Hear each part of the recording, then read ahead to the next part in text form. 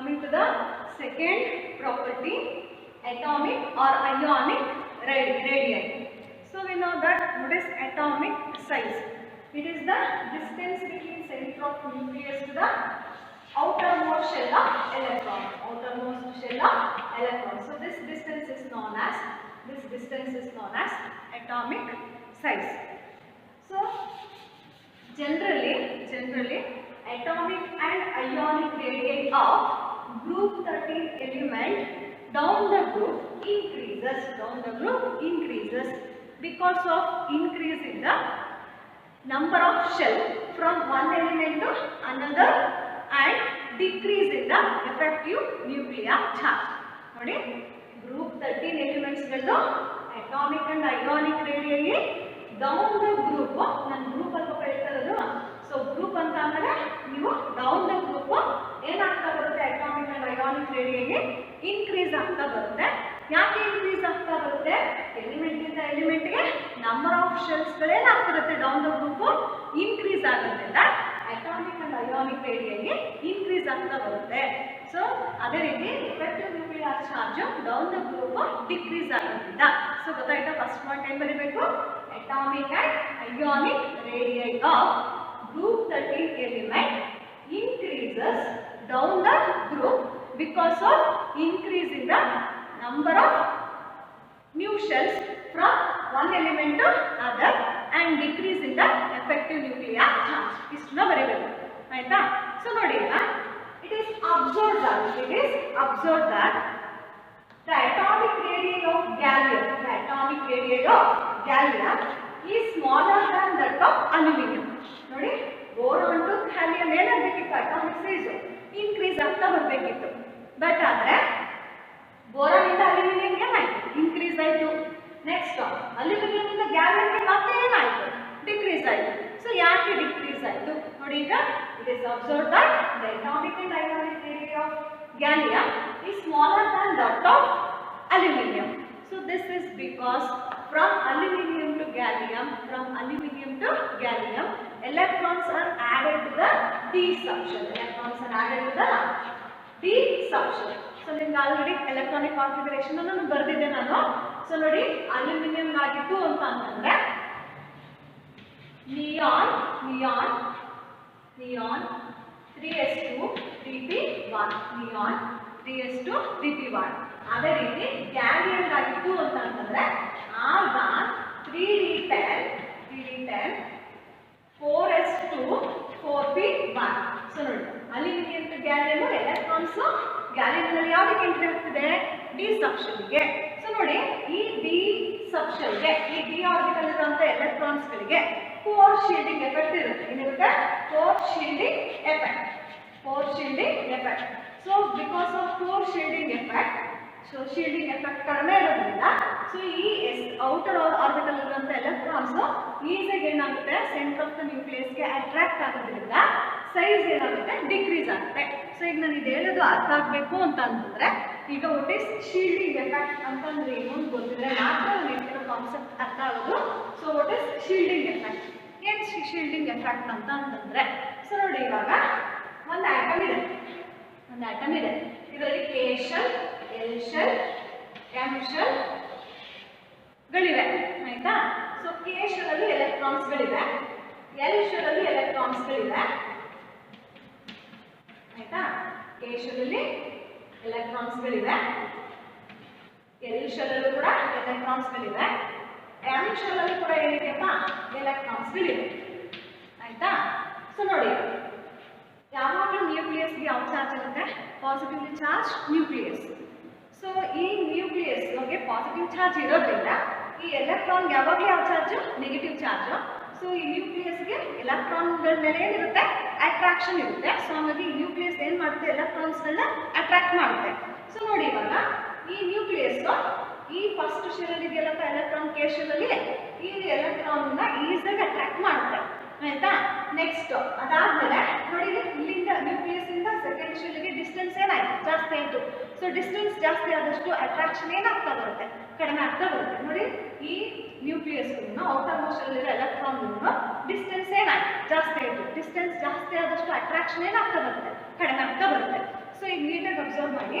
So ಇಲ್ಲಿ ನೋಡಿ, ಈ ನ್ಯೂಕ್ಲಿಯಸ್ಗೂ ಈ ಫಸ್ಟ್ ಶೆಲ್ಲಿಗೆಲ್ಲ ಎಲೆಕ್ಟ್ರಾನ್ಸ್ ಅದಕ್ಕೂ ಅಟ್ರಾಕ್ಷನ್ ಜಾಸ್ತಿ. ಅದೇ ರೀತಿ ಈ ನ್ಯೂಕ್ಲಿಯಸ್ಗೂ ಈ ಶೆಲ್ಲಿಗೆಲ್ಲ ಎಲೆಕ್ಟ್ರಾನ್ಸ್ಗೂ ಅಟ್ರಾಕ್ಷನ್ ಏನಿರುತ್ತೆ ಜಾಸ್ತಿ. ಬಟ್ ಅದೇ ನ್ಯೂಕ್ಲಿಯಸ್ಗೂ ಔಟರ್ ಶೆಲ್ಲಿನಂತ ಎಲೆಕ್ಟ್ರಾನ್ಸ್ಗೂ ಅಟ್ರಾಕ್ಷನ್ ಏನಾಗುತ್ತೆ ಕಡಿಮೆ. ಸೊ ಯಾಕೆ ಅಂತಂದ್ರೆ ಇಲ್ಲಿರೋಂಥ ಎಲೆಕ್ಟ್ರಾನ್ಸ್, ಈ ಶೆಲ್ಲಲ್ಲಿರೋಂಥ ಎಲೆಕ್ಟ್ರಾನ್ಸ್ ಏನ್ ಮಾಡ್ತಾ ಇದೆಯಪ್ಪ, ಹೊರಗಡೆ ಇರೋಂಥ ಎಲೆಕ್ಟ್ರಾನ್ಸ್ನ ಅಟ್ರಾಕ್ಟ್ ಆಗ್ತಂಗೆ ತಡೀತಾ ಇದೆ. ಅಟ್ರಾಕ್ಟ್ ಆಗ್ದಂಗೆ ನ್ಯೂಕ್ಲಿಯಸ್ಗೆ ಅಟ್ರಾಕ್ಟ್ ಆಗ್ದಂಗೆ ತಡೀತಾ ಇದೆ. ಅದನ್ನೇನಂತ ಕರಿತೀವಿ, ಶೀಲ್ಡಿಂಗ್ ಎಫೆಕ್ಟ್. ಹೇಳ್ತಿರೋದು ಗೊತ್ತಾಗ್ತಿದ್ಯಾ? ಇನ್ನರ್ಷಿಯಲ್ electron shield the outermost electron from the force of attraction.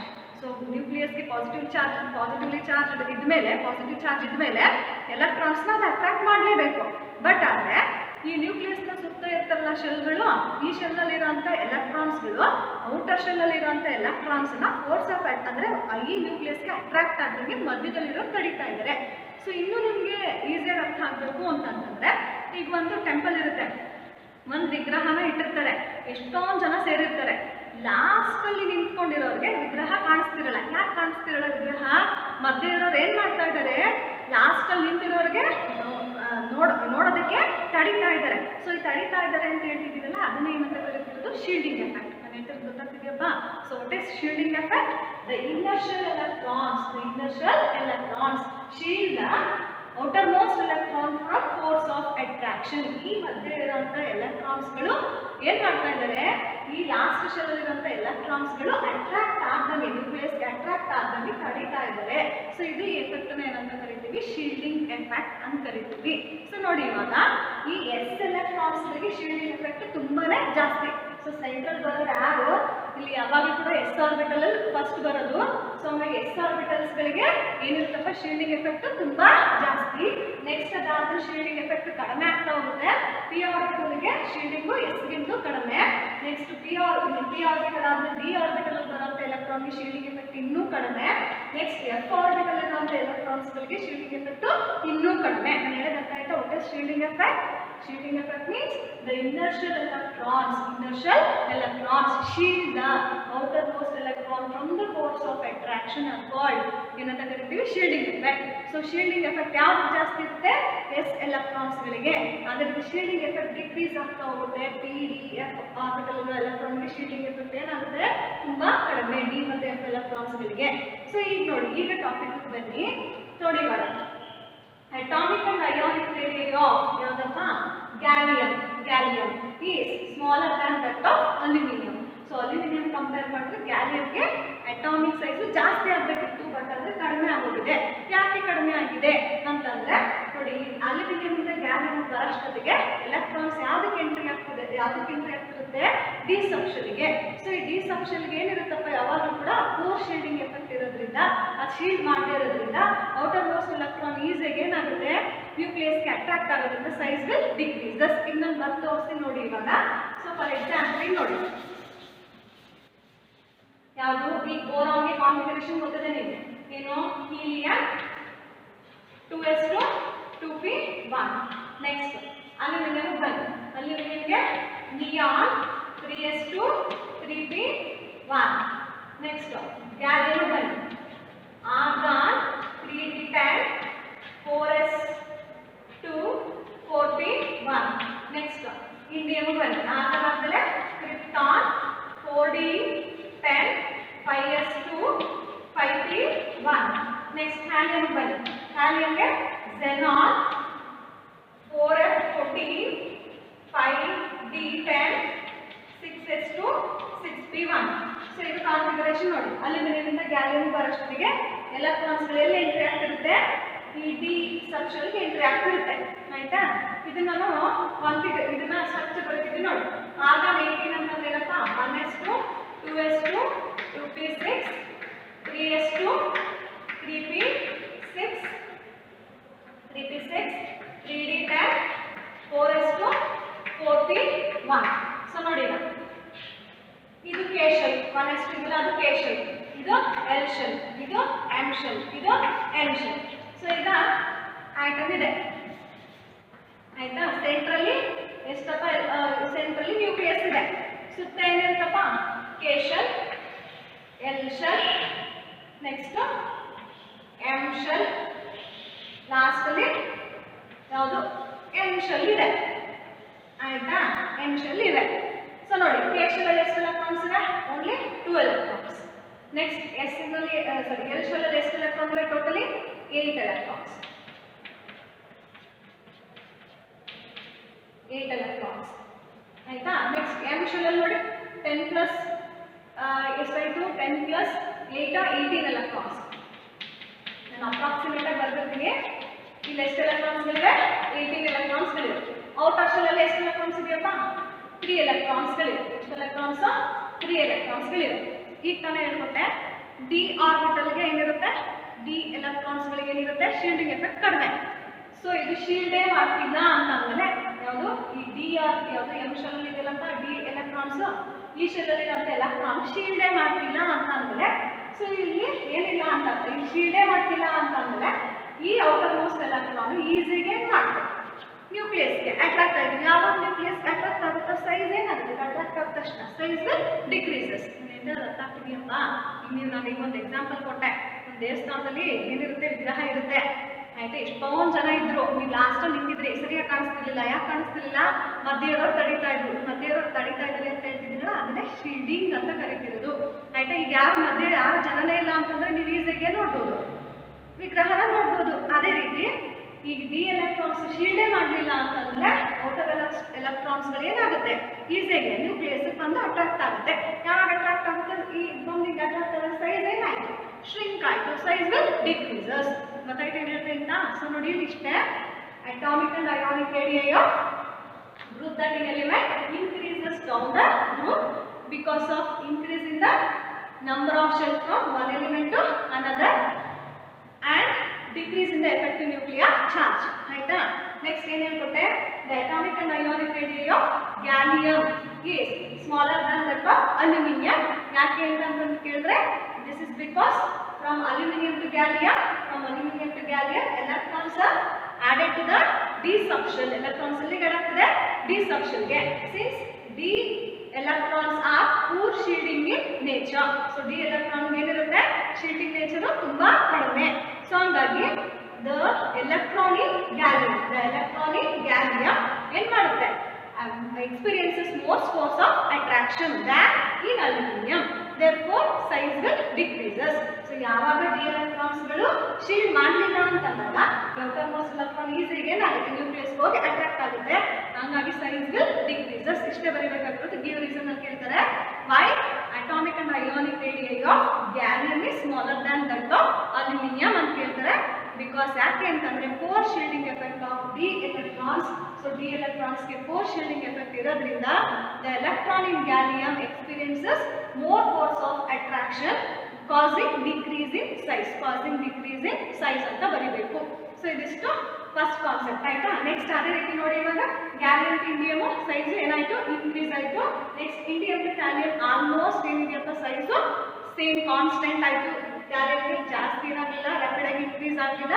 ಯಾಕೆ ಅಂತಂದ್ರೆ ಇಲ್ಲೂ ಅಷ್ಟೇನೆ because of four shielding effect of ಯಾವುದು ಎಫ್ ಮತ್ತೆ ಡಿ ಎಲೆಕ್ಟ್ರಾನ್ಸ್ಗಳು ಇರೋದ್ರಿಂದ ಇದು ಶೀಲ್ಡ್ ಮಾಡದೇ ಇರೋದ್ರಿಂದ ಈಸಿಯಾಗಿ ಹೋಗಿ ಅಟ್ರಾಕ್ಟ್ ಆಗೋದ್ರಿಂದ ಸೈಜ್ ಏನಾಯ್ತು? Remains constant. Sizes remains constant. So ನಾನು ಆಗಲೇ ಹೇಳಿದ್ದೆ ಲಾಸ್ಟ್ ಕ್ಲಾಸಲ್ಲಿ ಏನಂತ? ಸೊ ಎಲೆಕ್ಟ್ರಾನಿಕ್ ಕಾನ್ಫಿಗರೇಷನ್ ಡಿಫ್ರೆನ್ಸ್ ಇರೋದ್ರಿಂದ ಡಿ ಮತ್ತೆ ಎಫ್ ಎಲೆಕ್ಟ್ರಾನ್ಸ್ಗಳು ಬರ್ತಿರೋದ್ರಿಂದ ಯಾವುದು ಪ್ರಾಪರ್ಟೀಸ್ಗಳು ವೇರಿ ಆಗ್ತಾ ಹೋಗುತ್ತೆ ಅಂತ. ಸೊ ಈಗ ಹೇಳ್ತಾ ಇದ್ದ ನೀವು ಗ್ರೂಪ್ 1 ಎಲಿಮೆಂಟ್ ಅಲ್ಲಿ ಆಗಿದ್ರೆ ಡೌನ್ ದ ಗ್ರೂಪ್ ಎಲ್ಲ ಎಲಿಮೆಂಟ್ಗೂ ಸೈಜು ಇನ್ಕ್ರೀಸ್ ಆಗ್ತಾನೆ ಇರ್ತಿತ್ತು. ಬಟ್ ಆದರೆ ಗ್ರೂಪ್ 13 ಎಲಿಮೆಂಟ್ಗಳಿಗೆ ಏನಾಗುತ್ತಪ್ಪ ಈ ರೀತಿ ಏನು ವೇರಿಯೇಷನ್ಸ್ಗಳಿರುತ್ತೆ due to difference in electronic configuration. So this is the second property. Next coming to the third property, ionization enthalpy. So what is ionization enthalpy? It is the amount of energy required to remove an electron from the outermost shell of isolated gaseous atom. So outermost shell ಅಲ್ಲಿರುವಂತ electron remove ಮಾಡೋದಕ್ಕೆ ನಾನು ಎಷ್ಟು ಎನರ್ಜಿನ ಕೊಡ್ತೀನೋ ಅದನ್ನೇನಂತ ಕರಿತೀವಿ? ionization enthalpy. So ನೋಡಿ, so size ಚಿಕ್ಕದಿದ್ದಷ್ಟು ನ್ಯೂಕ್ಲಿಯಸ್ಗೂ ಔಟರ್ಮೋಸ್ಟ್ ಎಲೆಕ್ಟ್ರಾನ್ಗೂ ಸೈಜ್ ಏನಿರುತ್ತೆ? ಸೈಜ್ ಚಿಕ್ಕದಿದ್ದಷ್ಟು ಸೆಂಟರ್ ಆಫ್ ದ ನ್ಯೂಕ್ಲಿಯಸ್ಗೂ ಔಟರ್ಮೋಸ್ಟ್ ಎಲೆಕ್ಟ್ರಾನ್ಗೂ ಅಟ್ರಾಕ್ಷನ್ ಏನು ತುಂಬ ಜಾಸ್ತಿ. ಸೊ ಅಟ್ರಾಕ್ಷನ್ ಜಾಸ್ತಿ ಇದ್ದಾಗ ಔಟರ್ ಮೋಸ್ಟ್ ಶೆಲ್ಲಿಂದ ನಾನು ಎಲೆಕ್ಟ್ರಾನ್ನ ತೆಗಿಬೇಕು ಅಂತಂದರೆ ಜಾಸ್ತಿ ಎನರ್ಜಿನ ಕೊಟ್ಟು ನಾನು ಏನು ಮಾಡಬೇಕು, ರಿಮೂವ್ ಮಾಡಬೇಕು. ಸೈಜ್ ಚಿಕ್ಕಿದ್ದಷ್ಟು ಎನರ್ಜಿ ಜಾಸ್ತಿ. ಸೈಜ್ ದೊಡ್ಡದಾಗ್ತಿದೆ ನ್ಯೂಕ್ಲಿಯಸ್ಗೂ ಔಟರ್ ಮೋಸ್ಟ್ ಶೆಲ್ ಆಫ್ ಎಲೆಕ್ಟ್ರಾನ್ಗೂ ಡಿಸ್ಟೆನ್ಸ್ ಏನಾಯಿತು, ಜಾಸ್ತಿ ಆಯಿತು. ಡಿಸ್ಟೆನ್ಸ್ ಯಾವಾಗ ಜಾಸ್ತಿ ಆಗುತ್ತೋ ಸೈಜ್ ಜಾಸ್ತಿ ಆಗುತ್ತೆ. ಸೊ ಔಟರ್ ಮೋಸ್ಟಲ್ಲಿ ಇರುವಂಥ ಎಲೆಕ್ಟ್ರಾನ್ಗೆ ನ್ಯೂಕ್ಲಿಯಸ್ಗೆ ಅಟ್ರಾಕ್ಷನ್ ಕಡಿಮೆ. ಸೊ ಈಸಿಯಾಗಿ ಏನು ಮಾಡ್ಬೋದಪ್ಪ, ಔಟರ್ ಮೋಸ್ಟಲ್ಲಿಂದ ಎಲೆಕ್ಟ್ರಾನ್ಸನ್ನ ರಿಮೂವ್ ಮಾಡ್ಬೋದು. ಗೊತ್ತಾಗ್ತಿದೆಯಾ? ಸೊ ಆಗ ಎನರ್ಜಿ ಜಾಸ್ತಿ ಬೇಕಾಗಿಲ್ಲ, ಕಡಿಮೆ ಕೊಟ್ಟರೆ ಸಾಕು. ಯಾಕಂದರೆ ಅಟ್ರಾಕ್ಷನ್ ಕಡಿಮೆ ಅಲ್ವಾ, ಸೈಜ್ ಜಾಸ್ತಿ ಇದ್ದಷ್ಟು ನ್ಯೂಕ್ಲಿಯಸ್ಗೂ ಔಟರ್ ಮೋಸ್ಟ್ ಶೆಲ್ಗೂ ಎಲೆಕ್ಟ್ರಾನ್ಗೂ ಅಟ್ರಾಕ್ಷನ್ ಏನಿರುತ್ತೆ ಕಡಿಮೆ. ಸೊ ಹಂಗಾಗಿ ಈಸಿಯಾಗಿ ನಾನು ಎಲೆಕ್ಟ್ರಾನ್ನ ರಿಮೂವ್ ಮಾಡ್ಬೋದು. ಹಂಗಾಗಿ ಅಯನೈಸೇಷನ್ ಎಂಥಾಲ್ಪಿ ಕಡಿಮೆ. ಸೊ ಇವಾಗ ಗೊತ್ತಿರಲಿ ಇದು ಅಯನೈಸೇಷನ್ ಎಂಥಾಲ್ಪಿ ಅಂತಂದ್ರೇನು, ಸೈಜ್ ಚಿಕ್ಕದಿದ್ದಷ್ಟು ಎನರ್ಜಿ ಜಾಸ್ತಿ, ಸೈಜು ದೊಡ್ಡದಿದ್ದಷ್ಟು ಎನರ್ಜಿ ಕಡಿಮೆ ಸಾಕು ನನಗೆ ಎಲೆಕ್ಟ್ರಾನ್ನ ರಿಮೂವ್ ಮಾಡೋದಕ್ಕೆ. ಸೊ ನೋಡಿ ಇವಾಗ generally ionisation enthalpy decreases down the group. Down the group ionization enthalpy ಏನಾಗ್ತಾ ಬರುತ್ತೆ, ಕಡಿಮೆ ಆಗ್ತಾ ಬರುತ್ತೆ. ಯಾಕೆ ಅಂತಂದ್ರೆ due to increase in the ಏನು atomic size. Atomic size down the group ಜಾಸ್ತಿ ಆಗ್ತಾ ಬರೋದ್ರಿಂದ ionisation enthalpy down the group ಏನಾಗ್ತಾ ಬರುತ್ತೆ, ಡಿಕ್ರೀಸ್ ಆಗ್ತಾ ಬರುತ್ತೆ. ಸೊ ಇಲ್ಲಿ ನೋಡಿ while moving down the group, ionization enthalpy of group 13 element also decreases sharply from boron to aluminum. On moving down the group, the ionization enthalpy of group 13 element decreases sharply from boron to aluminum. Boron to aluminum ನೋಡಿ values ಬರ್ದಿದ್ದೀನಿ. ಏನಾಯ್ತಪ್ಪ values decrease ಆಯ್ತು. ಯಾಕೆ decrease ಆಯಿತು? Because of increase in the atomic size. But ನೋಡಿ ionisation enthalpy of gallium is more than that of aluminum. So ಏನಾಗಬೇಕಿತ್ತು, down the group decrease ಆಗಬೇಕಿತ್ತು. But ಆದರೆ ನೋಡಿ ಅಲ್ಯೂಮಿನಿಯಂ ಟು ಗ್ಯಾಲಿಯಂ ಏನಾಗೋಯ್ತು, ಇದು ಅಯನೈಸೇಷನ್ ಎಂಥಾಲ್ಪಿ ಜಾಸ್ತಿ ಆಯಿತು. ಯಾಕೆ ಜಾಸ್ತಿ ಆಯಿತು ನೋಡಿ, ಈ ಗ್ಯಾಲಿಯಂನಲ್ಲಿ D10 ಇದೆಯಲ್ಲ, ಈ ಡಿನಲ್ಲಿರೋಂಥ ಎಲೆಕ್ಟ್ರಾನ್ಸ್ ಶೀಲ್ಡ್ ಮಾಡಲಿಲ್ಲ ಅಂತಂದರೆ ಈ ಔಟರ್ ಮೋಸ್ಟ್ ಎಲೆಕ್ಟ್ರಾನ್ ಏನಾಗುತ್ತೆ, ನ್ಯೂಕ್ಲಿಯಸ್ ಹೋಗಿ ಇದಕ್ಕೆ ಅಟ್ರಾಕ್ಟ್ ಆಗುತ್ತೆ. ಯಾವಾಗ ಅಟ್ರಾಕ್ಟ್ ಆಗುತ್ತೋ ಸೈಜ್ ಏನಾಗುತ್ತೆ, ಡಿಕ್ರೀಸ್ ಆಗುತ್ತೆ. ಸೊ ಸೈಜ್ ಡಿಕ್ರೀಸ್ ಆಗೋದ್ರಿಂದ ಎನರ್ಜಿ ಏನು ಜಾಸ್ತಿ. ನಾನು ಮೊದಲು ಹೇಳ್ಕೊಟ್ಟಿದ್ದೀನಿ, ಸೈಜ್ ಕಡಿಮೆ ಅಂತಂದ್ರೆ ಎನರ್ಜಿ ಜಾಸ್ತಿ. ನೆನಪರ್ಥ ಆಯ್ತಾ? Ionisation enthalpy of gallium is more than that of aluminium. ಈ ರೀಸನ್ ಅಂತ ಕೇಳ್ತಾರೆ. This is because of poor shielding effect of D electron. ಇದು ಶೀಲ್ಡ್ ಮಾಡಲಿಲ್ಲ ಅಂತಂದ್ರೆ ಈ ಔಟರ್ ಮೋಸ್ಟ್ ಎಲೆಕ್ಟ್ರಾನ್ ಈಸಿಯಾಗಿ ಏನಾಗುತ್ತೆ, ನ್ಯೂಕ್ಲಿಯಸ್ ಹೋಗಿ ಅಟ್ರಾಕ್ಟ್ ಆಗುತ್ತೆ. ಯಾವಾಗ ಈಸಿಯಾಗಿ ಅಟ್ರಾಕ್ಟ್ ಆಗುತ್ತೆ ಸೈಜ್ ಡಿಕ್ರೀಸಸ್. ಸೈಜ್ ಯಾವಾಗ ಕಡಿಮೆನೋ ಅಯನೈಸೇಷನ್ ಎನರ್ಜಿ ಏನಿರುತ್ತೆ ಜಾಸ್ತಿ. ನೆಕ್ಸ್ಟ್ ನೋಡಿ, ಗ್ಯಾಲಿಯಂ ಟು ಇಂಡಿಯಂ ಡಿಕ್ರೀಸ್ ಆಯಿತು, ಮತ್ತೆ ಇಂಡಿಯಂ ಟು ಗ್ಯಾಲಿಯಂ ಏನಾಗುತ್ತೆ, ಇನ್ಕ್ರೀಸ್ ಆಯಿತು. So down the group decrease ಆಗ್ತಾನೆ ಬರಬೇಕಿತ್ತು. ಬಟ್ ಅದು ಗ್ಯಾಲಿಯಂಗೆ ionisation enthalpy is more than that of indium because of poor shielding effect of D and F electrons. So ಇಲ್ಲಿ ನೋಡಿ ಡಿ ಮತ್ತು ಎಫ್ ಎಲೆಕ್ಟ್ರಾನ್ಸ್ಗಳು ಶೀಲ್ಡ್ ಮಾಡ್ತಾ ಇಲ್ಲ ಅಂದಮೇಲೆ, ತಡಿತಾನೆ ಇಲ್ಲ ಅಂದಮೇಲೆ ಈ ಔಟರ್ ಎಲೆಕ್ಟ್ರಾನ್ಸ್ಗಳು ಏನಾಗುತ್ತೆ, ಈಸಿಯಾಗಿ ಹೋಗಿ ನ್ಯೂಕ್ಲಿಯಸ್ಗೆ ಅಟ್ರಾಕ್ಟ್ ಆಗುತ್ತೆ. ಅಟ್ರಾಕ್ಟ್ ಆಗಿದಾಗ ಸೈಜ್ ವಿಲ್ ಡಿಕ್ರೀಸಸ್. ಸೈಜ್ ಯಾವಾಗ ಕಡಿಮೆ ಆಗುತ್ತೋ ಎನರ್ಜಿ ಏನು, ionisation energy is more.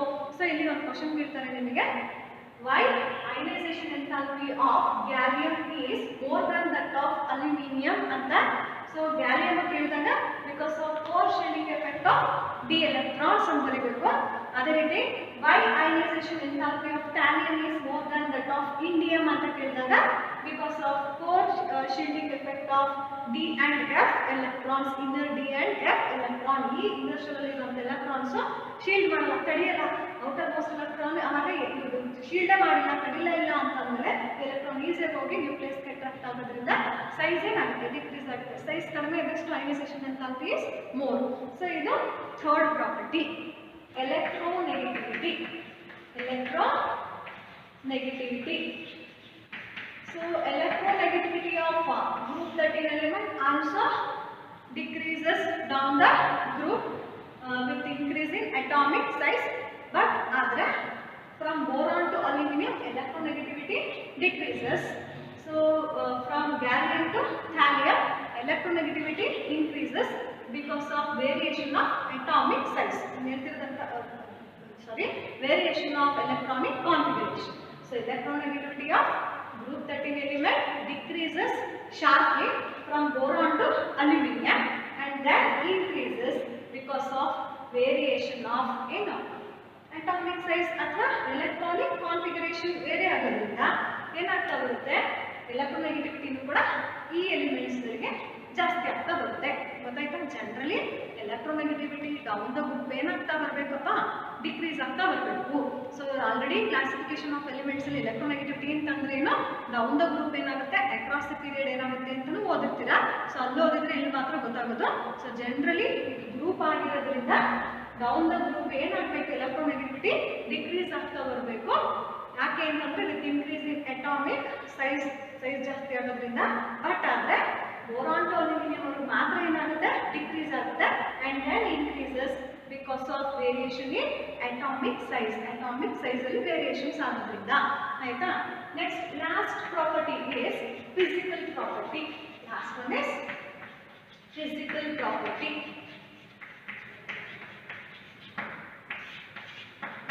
So boron is a non-metal. Boron is a non-metal. It is the hardest metal. It is the hardest metal, and it is the and it has black, and it is a black color solid. So boron is a non-metal. It is the hardest element. It is the hardest element. Boron is a non-metal. It is the hardest element among all the group 13 elements. So boron is occurring many allotropic form because of very strong crystalline lattice. Boron has very high melting point. So boron ge small size irodrinda atoms galu enagiruttappa compact agirti arrange ಆಗಿರುತ್ತೆ crystal ಅಲ್ಲಿ. So ಈ ರೀತಿ compact ಆಗಿ arrange ಆಗಿರೋದ್ರಿಂದ so boron ge irutte very high melting point. So boron has very high melting point give reason because of very strong crystal lattice. Because of very strong crystal lattice, that means atoms ಗಳು ಏನಾಗಿರುತ್ತೆ crystal ಅಲ್ಲಿ compact ಆಗಿ arrange ಆಗಿರುತ್ತೆ because of very small size. So ಹಾಗಾಗಿ ಈ ಏನಪ್ಪ melting point ಏನಿರುತ್ತೆ boron ಗೆ ತುಂಬಾ ಜಾಸ್ತಿ. whereas other group 13 element are soft, ಜೊತೆಗೆ low melting point with high electrical conductivity ಇರುತ್ತೆ. ಸೊ ಬೋರಾನ್ ಮಾತ್ರ ಹಾರ್ಡೆಸ್ಟ್ ಎಲಿಮೆಂಟ್. ಇನ್ನು ಮಿಕ್ಕಿದೆಲ್ಲ ಎಲಿಮೆಂಟ್ಸ್ ಗಳೇನಾಗಿರುತ್ತೆ, ಸಾಫ್ಟ್ ಆಗಿರುತ್ತೆ. ಜೊತೆಗೆ ಬೋರಾನ್ ಮಾತ್ರ high melting point. Whereas other element of group 13 have low melting point ಗಳಿರುತ್ತೆ. ಸೊ ನೆಕ್ಸ್ಟ್ ನೋಡಿ ಡೆನ್ಸಿಟಿ ಇರುತ್ತಲ್ಲಪ್ಪ, ಡೆನ್ಸಿಟಿ. ಸೊ ಗ್ರೂಪ್ 13 ಎಲಿಮೆಂಟ್ ಗಳಿಗೆ density increases down the group because of increase in the atomic size. So boron to thallium density increase ಆಗ್ತಾ ಹೋಗುತ್ತೆ. ಯಾಕಂತಂದ್ರೆ atomic size boron to thallium ಜಾಸ್ತಿ ಆಗ್ತಾ ಹೋಗೋದ್ರಿಂದ density will increases. So this are the some physical properties of group 13 elements.